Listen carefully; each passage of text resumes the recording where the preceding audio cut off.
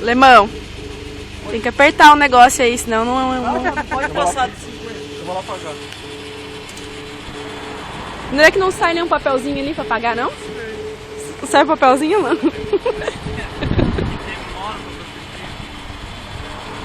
Pode. O que tá achando do lance, Mar? Vazar gasolina. Vai. Yeah! Foi?